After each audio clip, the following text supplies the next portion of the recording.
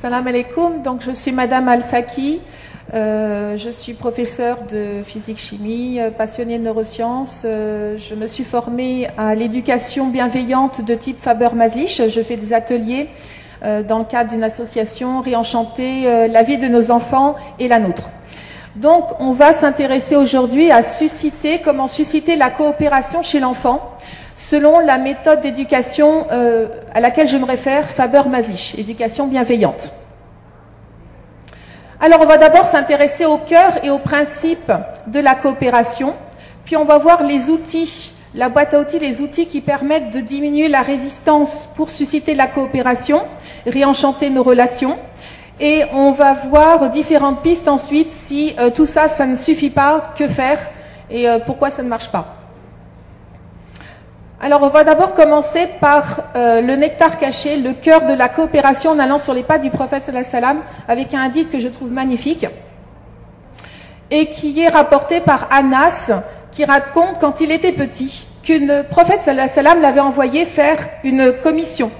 Il l'avait envoyé faire quelque chose.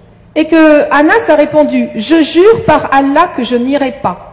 Qu'est-ce que nous on ferait si notre enfant nous répondait « Je n'irai pas » et en plus « Je jure par Allah que je n'irai pas ». Certainement une claque serait déjà lancée. Il y aurait des blâmes minimum, des critiques, on allait juger l'enfant comme quoi il est irrespectueux, bref, ça serait très mal passé. Qu'est-ce qui s'est passé ensuite? Anas continue, il dit que « Mais dans mon cœur, je sentais que je devais faire ce que le prophète sallallahu alayhi wa sallam avait demandé. Je suis sorti et il s'est retrouvé avec des enfants qui jouaient dans la rue, il s'est mélangé à eux. Tout d'un coup, le prophète sallallahu alayhi wa sallam est apparu dans son dos, il l'attrape, il le saisit par l'arrière du cou, et quand Anas se retourne pour le regarder, il riait. « Va là où je t'ai demandé, petit Anas ». Et Anas a répondu « Oui, j'y vais, ô prophète ». Donc c'est un hadith magnifique où on va essayer d'analyser un petit peu ce qui s'est passé. Qu'est-ce qu'il a fait le prophète sallallahu alayhi wa sallam? En tout cas, il n'a pas fait comme nous on aurait fait. Déjà, quand le petit Anas a dit je jure par Allah que je n'irai pas, aucun blâme. Il n'a pas pris personnellement pour lui. Il n'a pas jugé l'enfant irrespectueux. Il a vraiment pris en compte l'âge, l'immaturité de l'enfant. Et il a fait confiance que l'enfant allait faire ce qu'il lui a demandé de faire.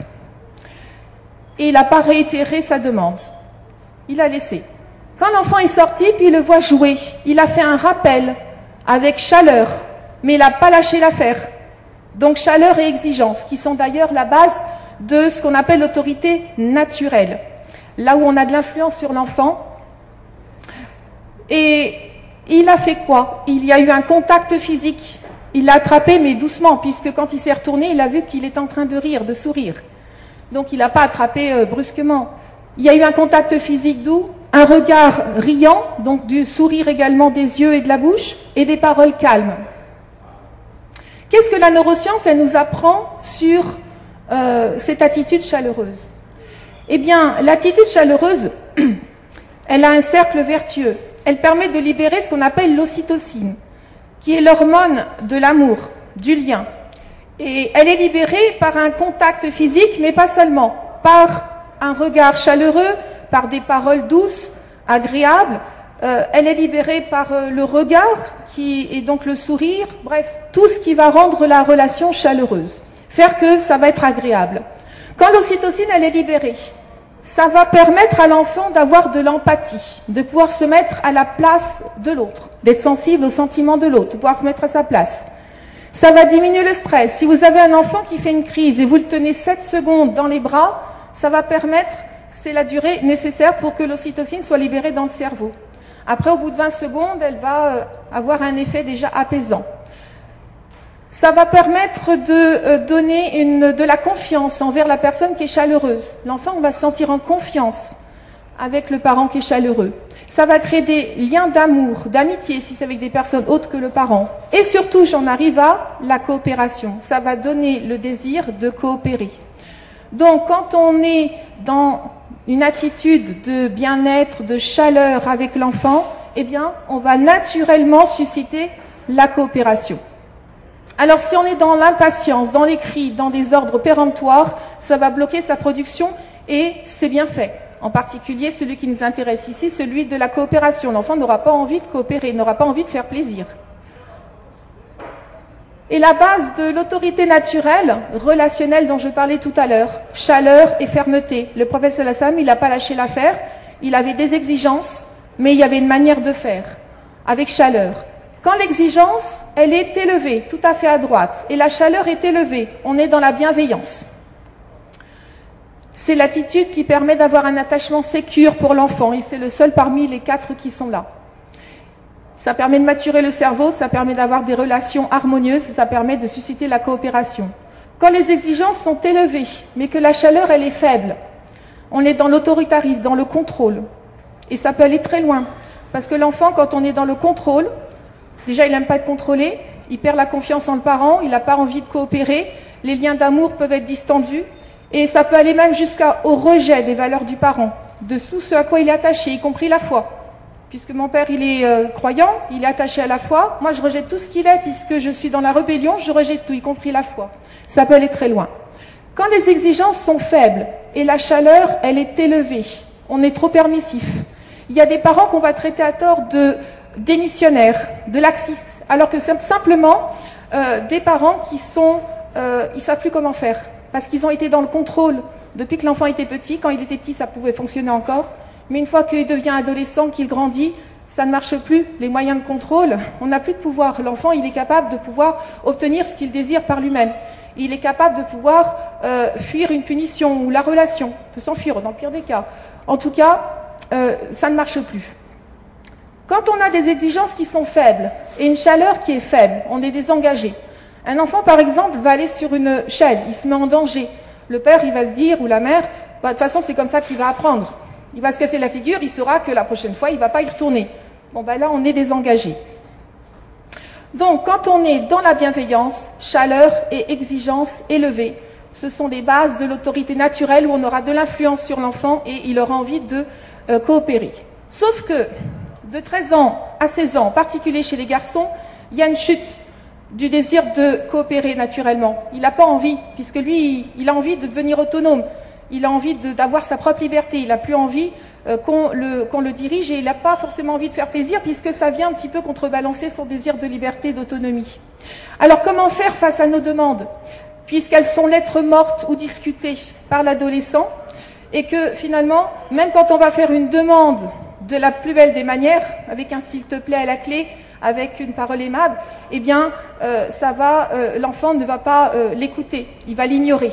Ou alors il va dire plus tard, ou alors il va carrément refuser, ou alors il va chercher à argumenter. En tout cas, ça ne va pas se passer facilement. Comment faire? Donc là, je vais m'intéresser aux injonctions et à la résistance de l'adolescent. Si on fait un état des lieux des injonctions et de leurs dérivés, les dérivés, ça peut être tout ce qui peut être moins sympa que les demandes. Les injonctions sont des ordres.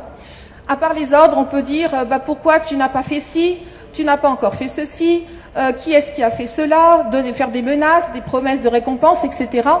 Donc, si on fait un état des lieux, des injonctions, encore de la meilleure manière que l'on puisse faire. N'oublie pas de sortir la poubelle. Baisse-moi ce volume. Va donc prendre ta douche. Qu'est-ce que tu attends pour aller faire tes devoirs?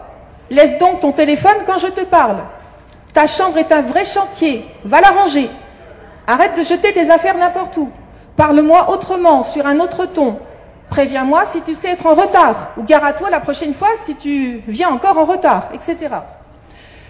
À quoi résiste l'adolescent exactement quand on fait une demande? Eh bien, si on prend un exemple de la douche, va prendre ta douche, ta sœur la prendra après. Même si on disait, va prendre ta douche s'il te plaît, c'est l'heure. De toute façon, l'adolescent, il va rechigner, il va pas avoir envie, parce que c'est un ordre. L'adolescent, il dit davantage non à notre façon de faire. À partir du moment où c'est une injonction, ça ne passe pas bien, ça crée de la résistance qu'à la douche. Il n'aime pas les ordres, encore moins péremptoires, parce qu'il y a un désir d'autonomie et d'initiative. D'ailleurs, nous-mêmes, on n'aime pas les ordres non plus, en tant qu'adultes. Si notre mari, notre conjoint va nous dire « va faire ceci, va faire cela », on ne va pas forcément aimer. Nous-mêmes, quand on se donne des ordres à nous-mêmes, on ne va pas avoir non plus avoir envie de les suivre. On va résister. La preuve, c'est quand on va se dire « demain, il faut que je commence un régime ». On se donne un ordre à soi-même. On va le faire le régime demain? Si on se le dit comme ça, on ne va pas le faire. Si par contre on dit « demain, je décide de faire un régime », il y a des chances que, parce qu'on a pris la décision. Ben, l'ado, c'est pareil. Il a besoin que ça vienne de lui. Il a besoin que la prise de décision viennent de lui. Il n'aime pas être dirigé, contrôlé. Et même un ordre qui peut être fait d'une manière sympa, ben, ça passe mal. Alors comment est-ce qu'on peut faire autrement? On va voir à peu près 11 outils qui vont diminuer la résistance, dont l'un est le fait de le dire en 2 mots. Ali, ta douche. Juste un rappel, avec un ton chaleureux et ferme, autant que possible. Ce rappel, il va avoir quelle incidence? Il va mobiliser le cortex. Quand on ne dit que 2 mots, la zone qui traite les informations verbales n'a pas assez d'informations pour comprendre le sens. Du coup, le cerveau préfrontal, à l'avant, eh bien, il est mobilisé. L'enfant réfléchit, puis il peut déduire en lui-même. La douche? Quoi la douche? Ah oui, la douche, c'est l'heure. J'y vais. Et le j'y vais, il vient de qui? Il vient de lui, pas du parent. On invite l'enfant à prendre l'initiative en mobilisant son cortex. Et en plus, quand on dit la douche, on n'est pas en train de le blâmer, on dirige l'attention sur l'objet. Donc il ne peut pas se sentir agressé. Quand on donne des ordres et qu'on est impatient, eh bien, les ordres et l'impatience vont inhiber le cerveau et vont activer le système de réaction au stress. Quand un enfant est stressé, d'ailleurs même nous-mêmes en tant qu'adultes, on a du mal à réfléchir, à raisonner, à mémoriser. C'est parce que le cortex préfrontal, qui est le siège de la réflexion et de l'initiative tout en haut, la partie supérieure, ici au niveau du front, du cerveau, et l'hippocampe, la flèche elle est un peu descendue, vous voyez un petit peu la boule rouge, donc vous voyez un peu après un arc qui va faire un tour et qui retourne à la boule rouge, bah c'est l'hippocampe. L'hippocampe, c'est le siège de la mémoire, de la concentration, de la stabilisation de l'humeur, donc de l'apprentissage. Et quand on est stressé, eh bien, ils sont déconnectés, ils sont débranchés, ils sont inhibés. Par contre, l'amygdale, elle est activée. L'amygdale, c'est quoi? C'est notre partie à nous, c'est la partie de la mémoire consciente, le centre d'alerte aussi du corps, qui identifie les émotions, mobilise le système de réaction au stress en induisant lutte, fuite ou paralysie. Or, il se trouve que chez l'adolescent, le taux de testostérone est multiplié par 1000 d'un seul coup chez le garçon. C'est le taux adulte, mais il vient submerger l'adolescent comme ça d'un seul coup. Et il est multiplié par 50 chez la fille, c'est-à-dire 20 fois moins. Or, les récepteurs de la testostérone sont sur l'amygdale. Du coup, comme ces récepteurs se multiplient sur l'amygdale, elle devient surréactive. L'adolescent réagit au quart de tour. Il est hypersensible au stress. Toute manifestation d'autoritarisme, de contrôle, juste même un froncement de sourcils, ça va suffire pour qu'il se sente menacé et que ça déclenche une réaction de fuite ou d'agressivité, la lutte ou l'esquive. Donc, on reconnaît là le comportement de nos adolescents. Alors, quels sont les outils dont on dispose et quel est le principe derrière qui permet de diminuer la résistance? À noter que quand on va donner des injonctions, des ordres, c'est comme si on était en train de s'arc-bouter dur pour ouvrir une porte en la poussant, en ignorant, en dépit de son sens d'ouverture. Au lieu de tirer, on pousse. Eh bien, ces outils-là vont nous permettre de tirer au lieu de pousser. Alors, ces outils, vous allez être inondés d'informations. Il va y avoir 11 outils. Je vais essayer à chaque fois de vous donner un exemple pour un enfant, pour un adolescent, tant que possible, pour vous donner une large panoplie d'exemples possibles de comment on peut susciter la coopération. Il va y avoir le fait de décrire en premier ce que l'on voit ou le problème. Par exemple, au lieu de dire à votre enfant qu'il y a un canari qui s'est chargé de le nourrir et puis qui ne le fait pas, va nourrir le canari. C'est l'heure de nourrir ton canari. Tu n'as pas encore nourri ton canari, qu'est-ce que tu attends pour aller le nourrir? Tu veux laisser mourir de faim, etc. Au lieu d'être dans les injonctions, on peut tout simplement dire ce que l'on voit. Je vois le canari ou son prénom, Georges, peu importe, picorer une assiette vide. Georges picore une assiette vide. Ah oui, c'est vrai, il a faim, il faut que j'aille le nourrir. J'y vais. On invite à son sens de l'initiative. Quand on va être gêné par le volume de l'adolescent qui est trop fort, on va pouvoir dire le problème, décrire le problème. Quand le son est trop fort, je n'arrive pas à me concentrer. On fait appel là à la capacité de l'enfant à être sensible à nos sentiments, à nos besoins. La lumière, il a laissé la lumière quand il allait faire ses ablutions, il a laissé la lumière allumée. Au lieu d'aller lui dire, va vite, éteins la lumière. On va lui dire, La lumière est restée allumée dans la salle de bain. S'il ne bouge pas, on peut passer en 2 mots, comme tout à l'heure. La lumière. Ali, la lumière. Quoi la lumière? Ah oui, la lumière, j'ai oublié de l'éteindre. Ok, j'y vais. Normalement, les deux couplés ensemble, ça devrait fonctionner. Après la description de ce que l'on voit ou du problème, il y a le fait de renseigner en une phrase ou en 2 mots. Quand on va renseigner en une phrase, je vais prendre l'exemple de la table qui est sale. Les enfants ont goûté. La table est sale, au lieu de leur dire « allez donc nettoyer la table », on leur a déjà dit la veille, l'avant-veille et encore l'avant-veille. Et à chaque fois, comme le dit Mokhtar Seriquet, l'enfant il n'apprend pas à tétan, une fois pour toutes. Il n'y a pas un outil pour qu'on va l'utiliser puis que ça y est c'est bon, demain j'ai plus besoin de répéter. L'enfant il apprend aujourd'hui, encore aujourd'hui, encore aujourd'hui et un jour demain. Il faut toujours de toute façon utiliser des outils de coopération. Ça va être jamais... Tant qu'ils sont encore chez nous, ce sera, et non pas adultes, jusqu'à au moins 24 ans parfois, ça va être comme ça. Quand la table est sale, on va lui dire, après le goûter, on nettoie la table. Juste une info. Ça peut être une info, un rappel d'une règle. Le linge, au lieu de dire à l'adolescent, ça commence à être un capharnaüm ta chambre, ça commence à faire, regarde tout le linge que tu laisses traîner, tu mets pas le linge au sale dans la panière, et puis voilà que ça, allez va vite le mettre et que ça saute, enfin bref, que ça dérive. On peut tout simplement rappeler une règle qu'on a établie avec l'enfant. Le linge qui est dans la panière, sale, sera lavé. Et puis après, on laisse l'enfant assumer les conséquences naturelles de ses actes. S'il n'a pas remis le linge et puis qu'il n'a plus d'habits, ben la prochaine fois, il va peut-être plus y penser. Mais ça, nous, on a prévenu. On a donné une règle que l'enfant connaît. Donc, l'éponge, si on veut inciter l'enfant à réparer, on peut lui dire « l'éponge se trouve à la cuisine ».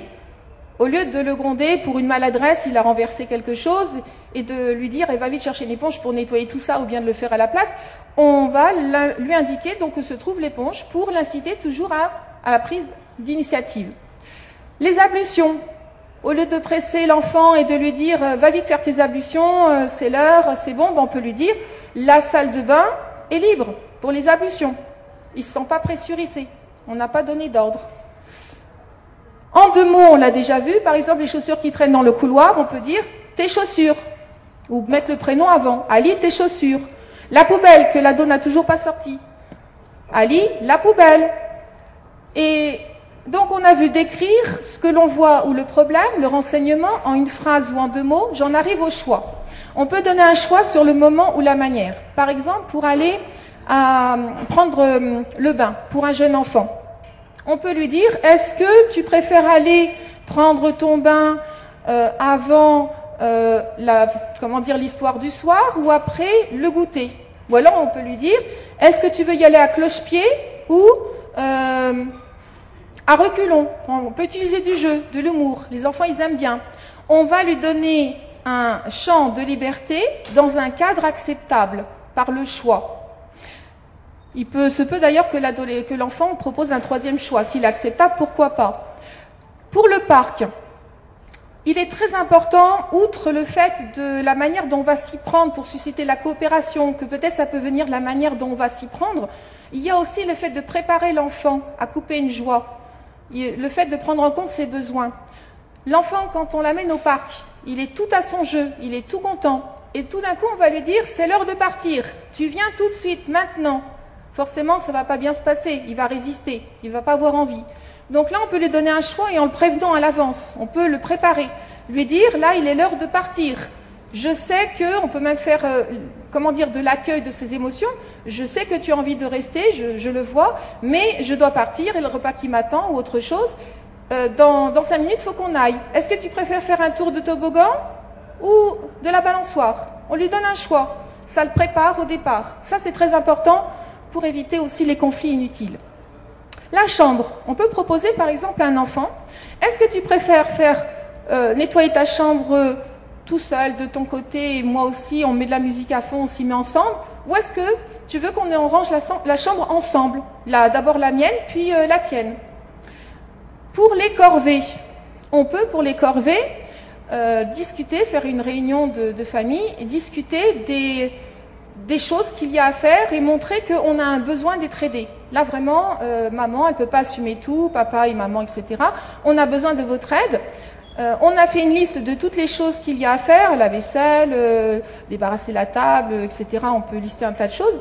Et on peut inviter les enfants à choisir deux parmi ceux-là. Leur laisser le choix de choisir 2 corvées chacun. On peut aussi responsabiliser, particulièrement le jeune enfant, par un veux-tu. Par exemple, quand on va faire des courses et que l'enfant il a tendance à vouloir courir partout dans le couloir, on peut l'occuper. On peut lui dire, est-ce que tu veux bien aller me chercher, choisir 3 gros citrons? Du coup, on lui donne un rôle, il aime bien les responsabilités, on fait appel à son sens de la responsabilité. J'en arrive au dès que. Le dès que, ce n'est pas une menace. Quand on va dire, par exemple, pour le pyjama, dès que tu as mis ton pyjama, papa, maman va vous lire, s'ils sont plusieurs, l'histoire du soir. Ils vont même s'automotiver, s'aider les uns les autres à mettre le pyjama pour aller plus vite, pour vite écouter l'histoire. Quand ton enfant est pris en train de dessiner, puis que c'est l'heure du repas, on n'est pas à quelques minutes près, on voit qu'il n'en a pas pour longtemps pour terminer, toujours dans l'idée de le préparer, au lieu de le presser tout de suite à stopper son dessin pour venir manger, alors qu'il est occupé dans quelque chose, on peut lui dire, eh bien, dès que tu as fini ton dessin, on passe à table. Donc ça, c'est le dès que. Ça n'a rien à voir avec si tu mets pas ton pyjama tout de suite, d'ici 5 minutes, il n'y aura pas d'histoire du soir, ou dépêche-toi de mettre... Enfin, c'est tout à fait différent. Vous voyez, là, vraiment, ça incite vraiment à la coopération. D'écrire. On a vu tout à l'heure d'écrire ce que l'on voit. Le problème, là, ça va être d'écrire ses sentiments et ses attentes.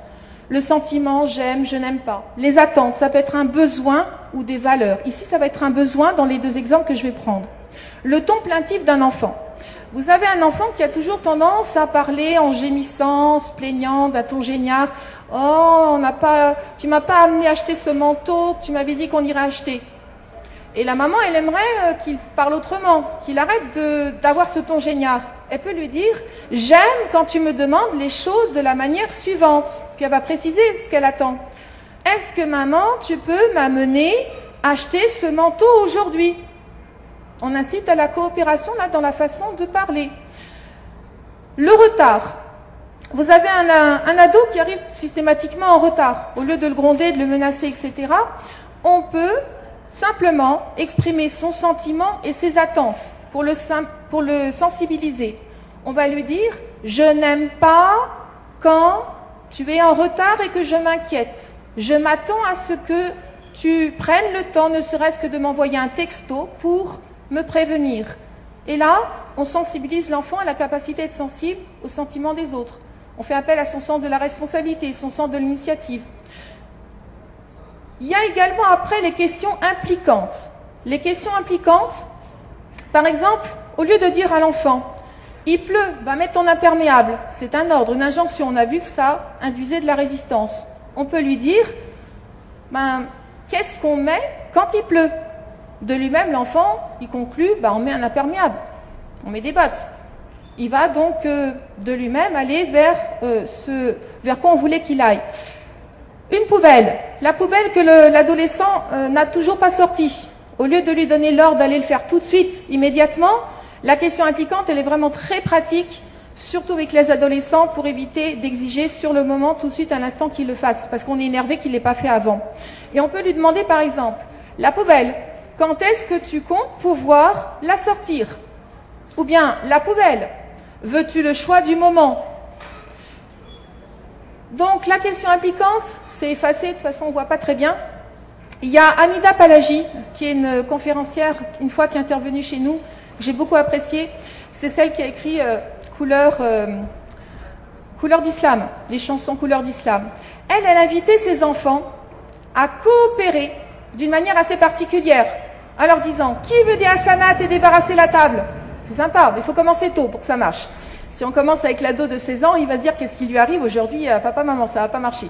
Donc il faut s'y prendre très tôt, 2 ans, 3 ans. Quand on est dans l'ambiance enthousiaste et qu'on va montrer à l'enfant que voilà, quand vous allez participer à aider maman, vous allez faire ceci, cela, Allah il est content de vous. Et là j'en profite pour dire quelque chose de très important. Ne surtout pas donner une image mauvaise de Dieu pour faire coopérer l'enfant. C'est haram si tu fais ça. L'enfant, il voit quoi? Il voit l'épée au-dessus de lui, il voit un Dieu dont il a peur. Donc lui faire aimer la religion, ne pas utiliser la religion comme on ne doit pas utiliser le papa en lui disant « quand tu vas voir quand papa va arriver ». C'est pas bon pour l'image du papa. Ben, c'est pareil pour l'image de Dieu. Donc surtout éviter vraiment de donner une mauvaise image. Et là, au contraire, on donne une bonne image de Dieu. Dieu, il aime bien quand on fait, quand on va aider papa et maman. Qui veut des hasanats? Qui veut qu'Allah soit content de lui? Donc c'est vraiment une manière très positive. Après, il y a la note. La note, ça peut être un SMS, une note écrite, ça peut être un schéma. Il y avait un petit jeune garçon, lui, quand il allait aux toilettes, il en mettait toujours partout. Donc la maman a eu l'idée de faire un dessin. Sur le dessin, elle a dessiné un jet qu'elle est pile poil dans la cuvette. L'enfant, il ne savait pas lire. C'est quoi ça que tu as accroché là? Elle lui a expliqué. Elle a expliqué, voilà le dessin, voilà, je t'ai expliqué, voilà, faut diriger le jet vraiment dans la cuvette pour pas qu'il y en ait partout, etc. L'enfant, il était ravi, il a bien observé le dessin, et il n'a plus jamais fait de dégâts à côté. Donc ça marche très bien. On peut également pour le lavabo qui est sale. Les enfants, ils vont faire de la peinture, ils nettoient les pinceaux et ils oublient de rincer le lavabo. Une fois, deux fois, après, ça commence un petit peu à énerver. Donc quand c'est récurrent, les notes écrites sont très pratiques. On va marquer une petite note.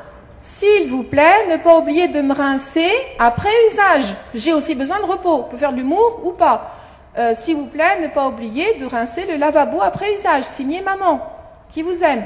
On peut écrire donc des mots, envoyer un petit texto pour la poubelle.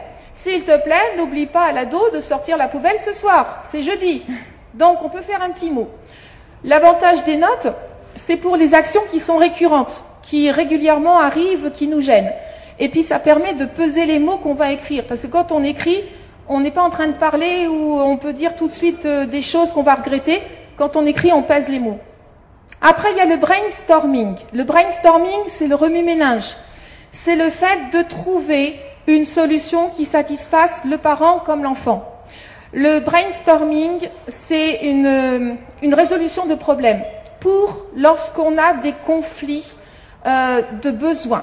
Le besoin du parent, il n'est pas le même que le besoin de l'enfant, de l'ado. Comment faire?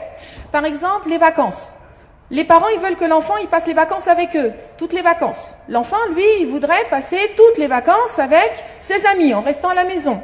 Comment faire? On va lancer l'idée on liste toutes les idées possibles pour essayer de trouver une solution ensemble, quelque chose qui nous satisfasse des deux parties. Et ils sont arrivés à un accord dans le cadre de cette famille. Finalement, le garçon est resté une semaine à la maison pour pouvoir profiter de ses camarades et en échange, il devait faire la peinture du garage. Et puis la semaine d'après, il prenait le train, il allait rejoindre les parents. Tout le monde était content. Les parents sont contents, il y a la peinture qui est faite. Il les rejoint, donc il va passer quand même du temps avec eux. Et l'enfant, il est content, il a passé du temps avec ses copains. Donc c'est la méthode de résolution gagnante-gagnante. Il y a après l'humour. Faire appel à l'humour, au jeu ou à quelque chose d'inattendu. Par exemple, à la fin de la musique, on décolle. Les enfants avant 6 ans, ils n'ont pas la notion du temps. Ça se construit entre 6 et 8 ans. Donc quand on leur dit « dépêche-toi », ils ne savent pas ce que c'est se dépêcher. On part dans 5 minutes. Ils ne réalisent pas c'est quoi 5 minutes.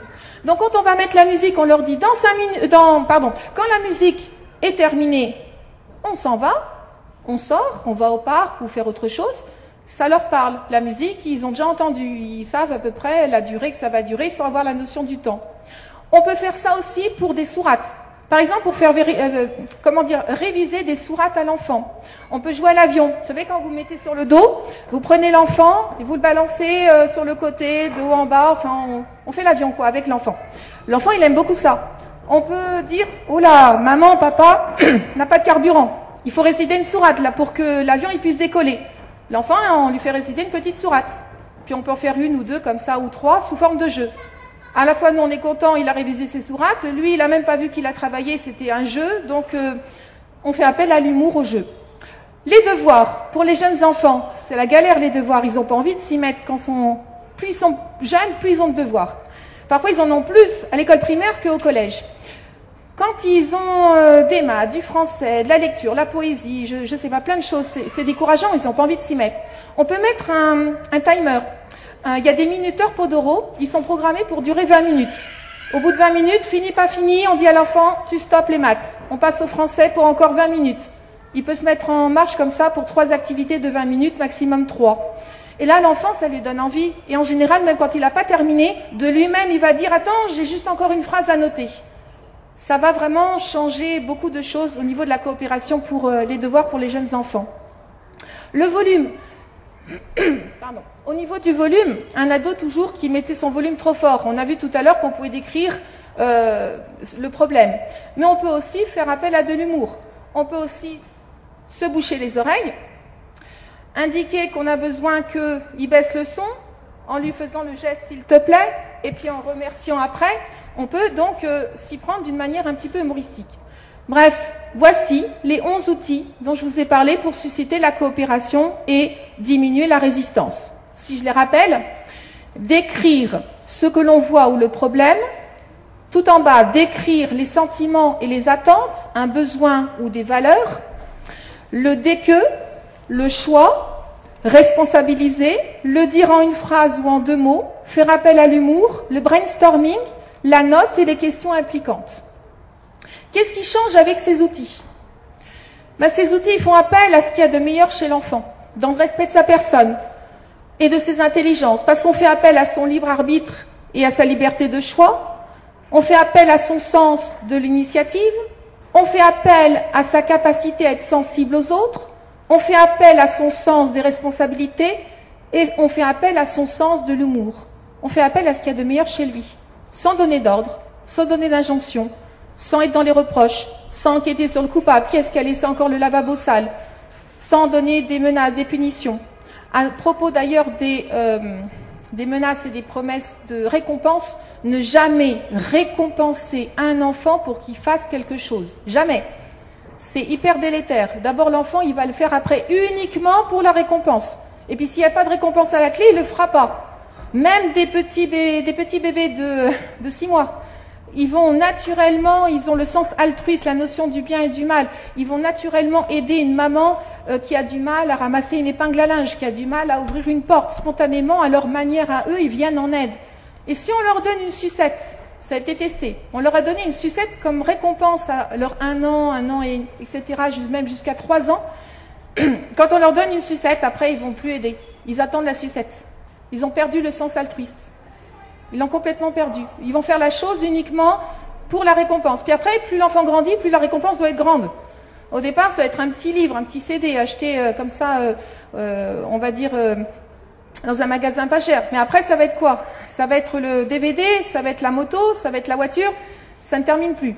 Donc, ne jamais donner de récompense. Quand on disait tout à l'heure, dès que vous avez terminé de mettre vos pyjamas, papa, maman va vous lire l'histoire du soir, ce n'est pas une récompense matérielle. Et ne jamais donner une récompense ni matérielle ni affective, conditionnelle à ce que l'enfant fasse ce que l'on veut.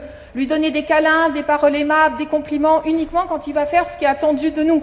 C'est-à-dire qu'il va ramener des bonnes notes, il va être sage, etc. Il ne se sent pas aimé, c'est pas bon du tout, c'est conditionnel, c'est pas de l'amour gratuit. Je reviens au principe de la coopération. Le principe de la coopération, c'est quoi? C'est qu'on s'intéresse moins au résultat qui est l'obéissance qu'au processus pour y arriver. Comment on s'y prend? Coopérer, faire coopérer, ce n'est pas faire obéir. Faire obéir, on peut prendre tous les moyens sont bons. La fin justifie les moyens. Je peux crier, je peux menacer, je peux taper, je peux tout ce qu'on veut. Mais quand on s'intéresse au bien-être de l'enfant, également à sauvegarder la relation, entretenir des bonnes relations et qu'on veut qu'il ait une bonne estime de lui, qu'il soit construit, qu'on veut construire, forger son caractère, on va s'intéresser à la manière d'arriver à l'obéissance, en faisant appel à ce qui est de meilleur chez lui, comme on l'a vu juste auparavant, en cherchant à diminuer la résistance. Une remarque importante ici, c'est de faire attention à cibler nos priorités. On ne peut pas réagir à tout, essayer de le faire coopérer pour tout. On ne peut pas... comment dire, c'est fatigant pour lui comme pour nous. Il faut choisir, serrer nos priorités. Par exemple, la chambre de l'ado, c'est une priorité? Peut-être pas. L'adolescent, pour lui, quand il a une chambre en désordre, c'est son territoire. Pour lui, eh bien, il s'y retrouve dans son bazar. C'est un bazar que pour nous, c'est nous que ça dérange. Lui, il est très bien.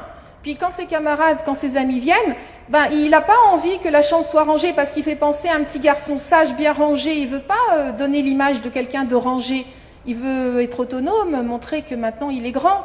Donc ça fait partie de ce désir d'émancipation, d'indépendance, le fait d'avoir une chambre en désordre.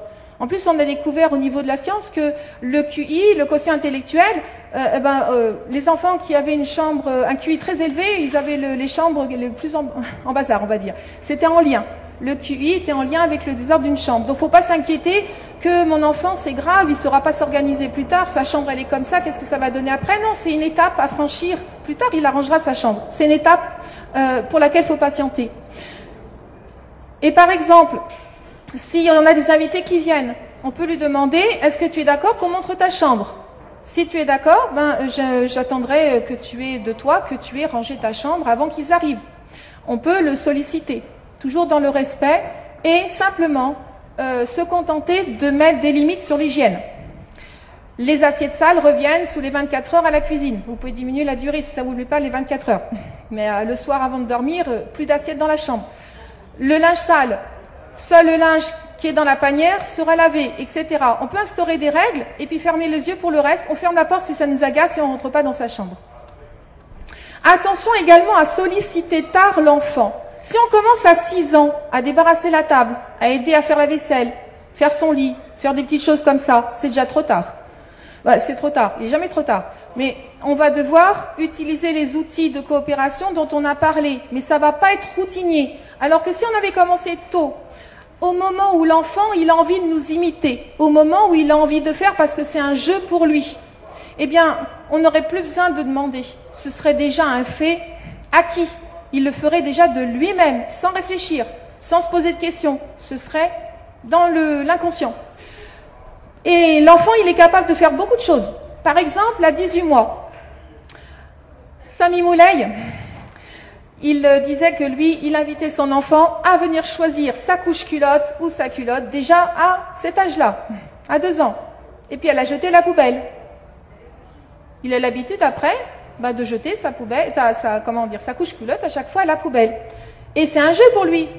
Donc nous, si on n'ose pas demander à l'enfant de faire des choses parce que pour nous ce sont des corvées, c'est des choses désagréables, on passe à côté de quelque chose. Parce que pour l'enfant, c'est un jeu, c'est un plaisir. Il se sent grand quand il fait ça, il est fier de lui, sentiment de fierté d'avoir fait tout seul des choses. Et ça booste son estime et son désir de continuer. Bref, c'est tout à fait plaisant pour lui, contrairement à ce qu'on peut penser. À 3 ans, il peut préparer un petit plateau simple pour son petit déjeuner. Il peut déjà préparer, par exemple, des fruits faciles à éplucher, des kiwis, des bananes, des mandarines, se servir un petit pot de céréales secs, un petit pot de biscuits secs, prendre, par exemple, sa brique de lait ou d'orange avec une paille.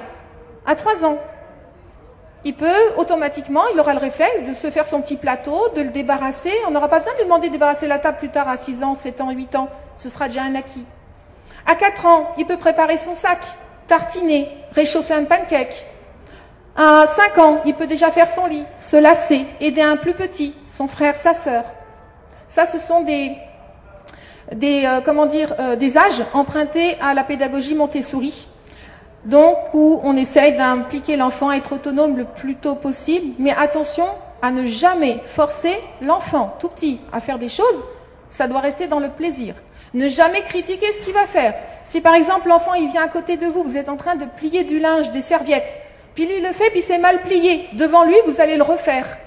Vous êtes en train de casser quelque chose. Vous êtes en train de lui montrer que ce qu'il fait, il ne le fait pas bien. Ne jamais corriger l'enfant.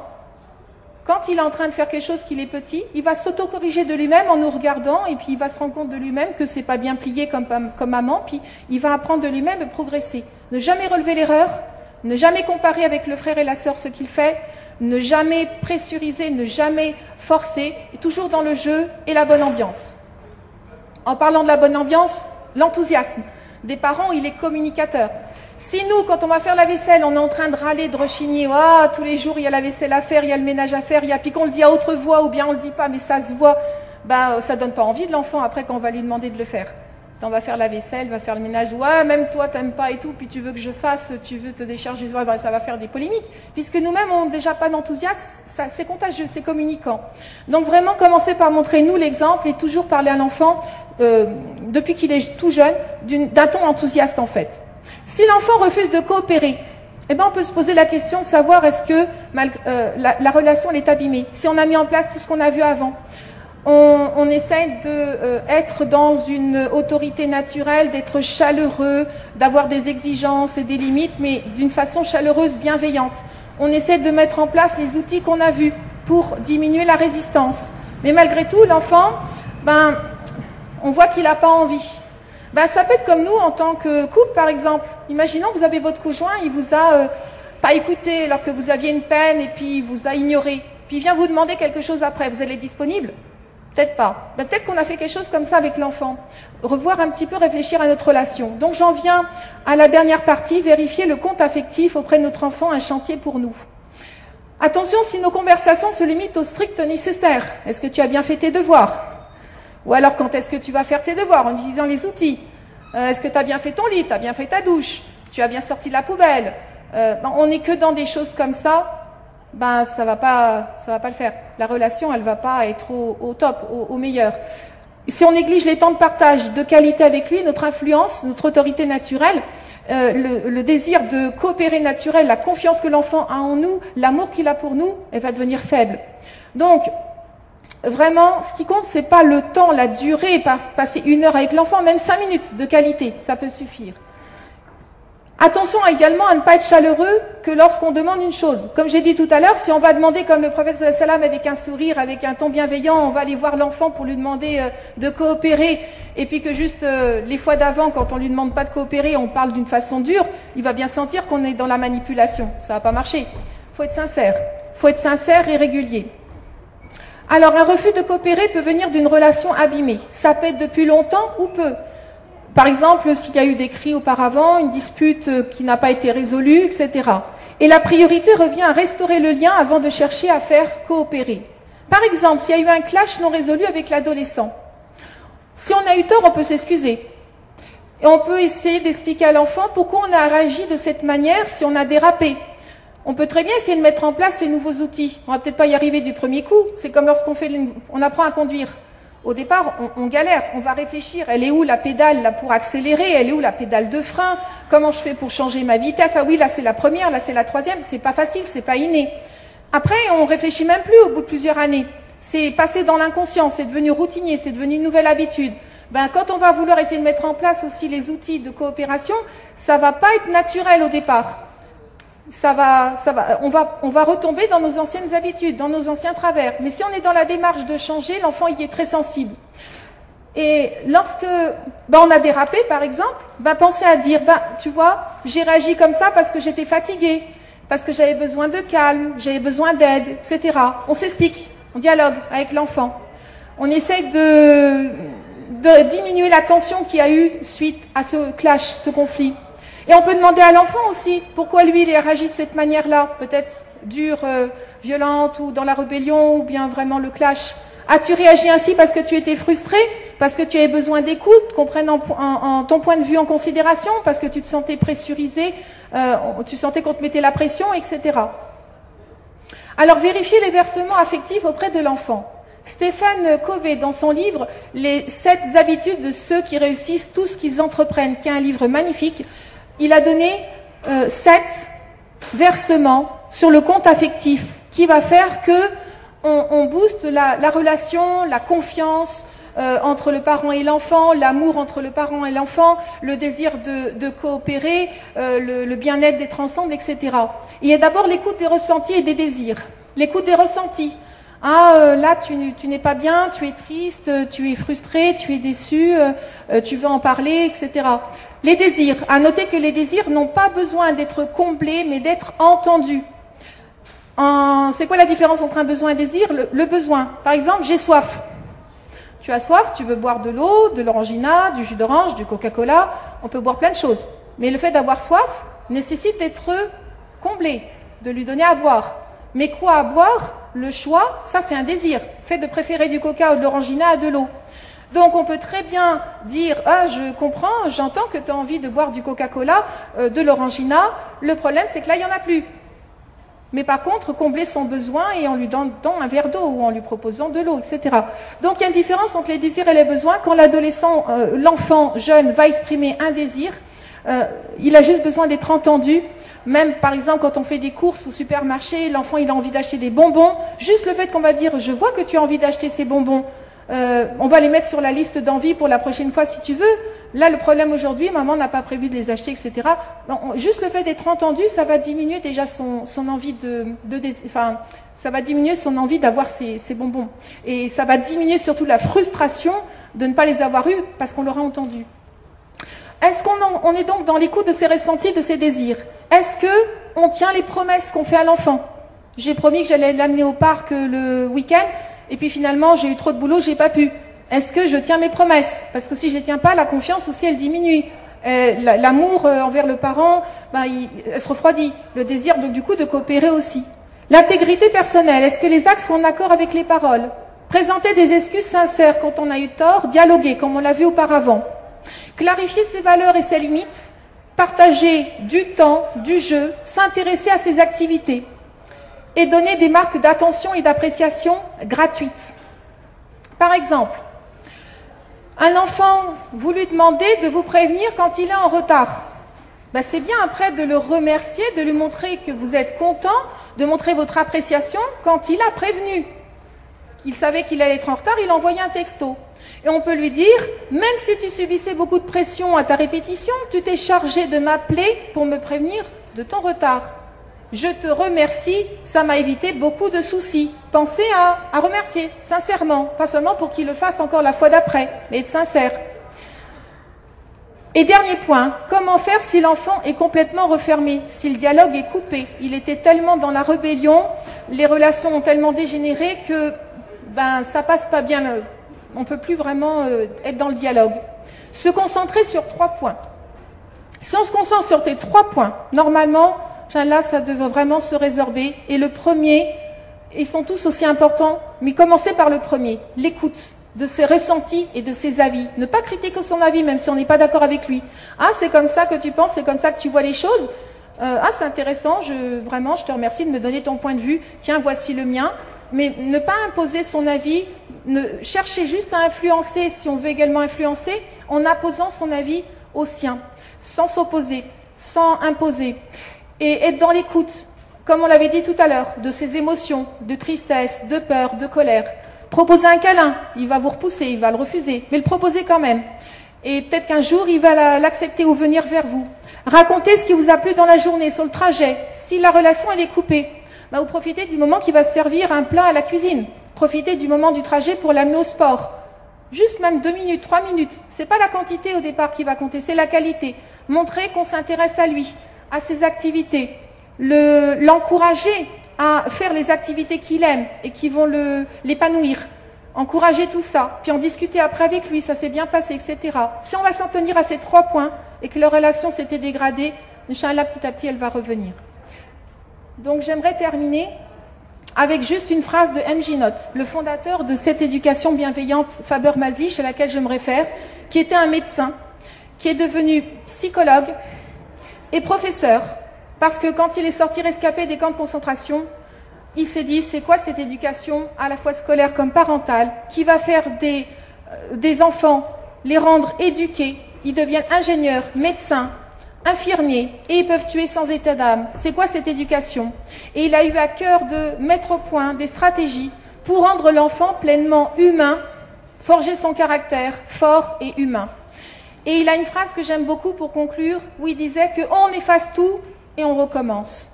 Si on retombe dans nos anciennes habitudes en essayant de faire appel à la coopération de l'enfant, puis on se rend compte qu'attends, là je suis en train de redonner un ordre, là je suis en train de le menacer, là je suis pas en train d'écouter son besoin, etc.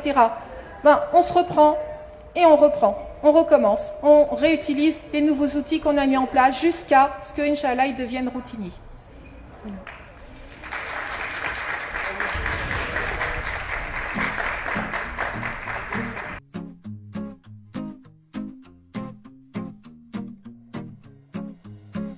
Musulmans, musulmanes, musulmans, musulmanes, il y a des millions d'hommes et de femmes, il y a. On ne demande qu'à vivre ensemble en paix, tous ensemble en paix.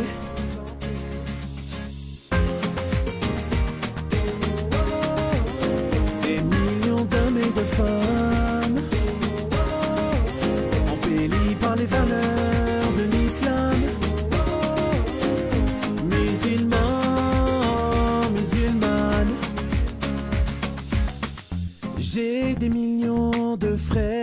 sœurs, des hommes, des femmes de toutes les couches sociales, des pères de famille, époux au grand cœur, des sœurs qui s'émancipent avec et sans voile, des sourires, des visages et des cœurs rayonnants, des bonnes âmes de tout âge, originaires des 5 continents.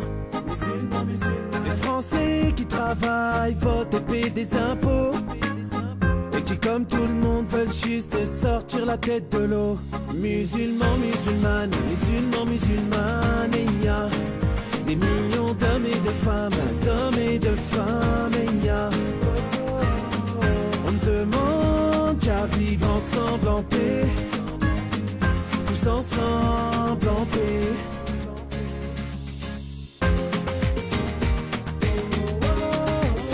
Des millions d'hommes et de femmes,